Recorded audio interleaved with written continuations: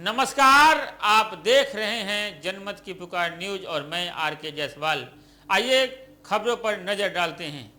अखिल भारतीय बंग परिषद कलकत्ता उच्च न्यायालय के निर्णय का स्वागत करती है। मुख्य न्यायाधीश न्यायमूर्ति राजेश बिंदल की अध्यक्षता में कलकत्ता उच्च न्यायालय की 5 न्यायाधीशों की खंडपीठ ने पश्चिम बंगाल चुनाव के पश्चात हुई हिंसा मामले में जो फैसला सुनाया है वह न्याय की ओर एक बड़ी पहल है। NHRC समिति की रिपोर्ट के अनुसार उन सभी मामलों में जहां हत्या और महिलाओं के खिलाफ अपराध के आरोप है उन्हें जांच के लिए CBI को भेजा जाना है और अन्य मामलों के लिए एक विशेष जांच दल का गठन किया जाएगा जिसकी निगरानी एक उच्चतम न्यायालय के सेवानिवृत्त न्यायाधीश द्वारा की जाएगी। सभी आवश्यक दस्तावेज ऑटोप्सी रिपोर्ट क्रमशः CBI और SIT को सौंपी जाएगी। अदालत ने पश्चिम बंगाल राज्य को अपराध के पीड़ितों को मुआवजा देने का भी निर्देश दिया है। अखिल भारतीय बंग परिषद के राष्ट्रीय अध्यक्ष अरुण मुखर्जी ने दिल्ली के रामपुरा वार्ड में लोगों को मिठाई खिलाकर खुशियां बांटी। हाल के चुनाव के बाद जिस तरीके से लोकतंत्र की हत्या हो रही थी कि वोट देने के नाम पे कत्लेआम, सामूहिक बलात्कार जैसी घृणित क्रियाएं हो रही थी, उसके खिलाफ मैंने माननीय उच्चतम न्यायालय में याचिका दाखिल की हुई थी। कुछ हमारे सहयोगियों ने, कुछ हमारे और लोगों ने माननीय उच्च न्यायालय कोलकाता में दाखिल की हुई थी।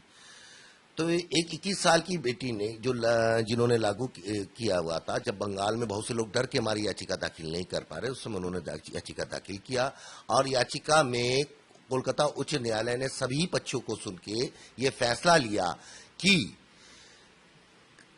CBI जांच, मर्डर और रेप पे CBI जांच होनी चाहिए और जो भी उसके भुगतान संबंधित और भी किसी तरह, जैसे किसी के घर तोड़ दिए गए, किसी के JCB से घर तोड़ दिया गया, किसी के कुछ हो गया, दुकानों पे ताला लगा दी गई, माल लूट लिया गया, गांव में प्रवेश करने के नाम पे पैसा वसूला गया, उन सब के लिए SIT की जांच गठन की गई और उसको 6 माह के अंदर जवाब देना होगा। ये माननीय उच्च न्यायालय का आदेश है और इस आदेश के बाद अब पूरे बंगाली समाज को ही नहीं,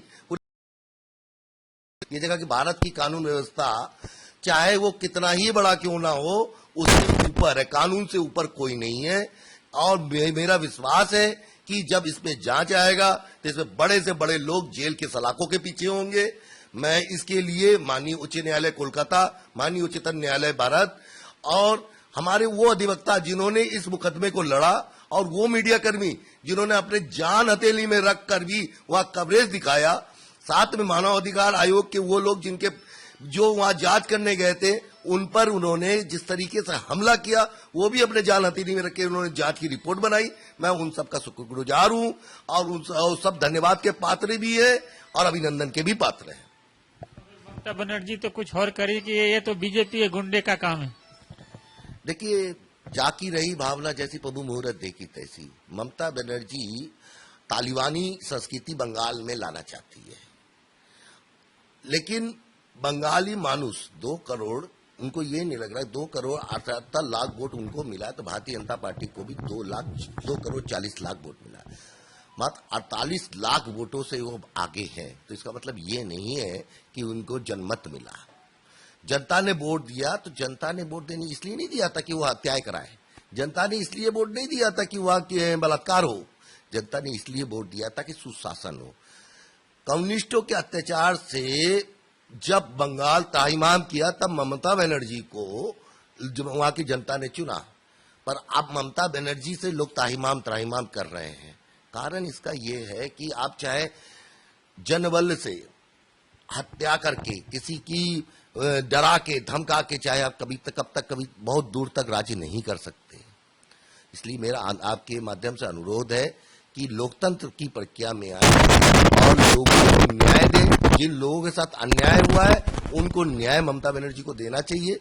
मैं ये आपके माध्यम से वहां तक पहुंचाना चाहता हूं। नमस्कार, मैं आरके जायसवाल और आप देख रहे हैं जनमत की पुकार न्यूज। अगर आप जनमत की पुकार को YouTube चैनल पर देख रहे हैं तो कृपया चैनल को सब्सक्राइब कर लें, या Facebook पर देख रहे हैं तो पेज को लाइक करें, फॉलो करें।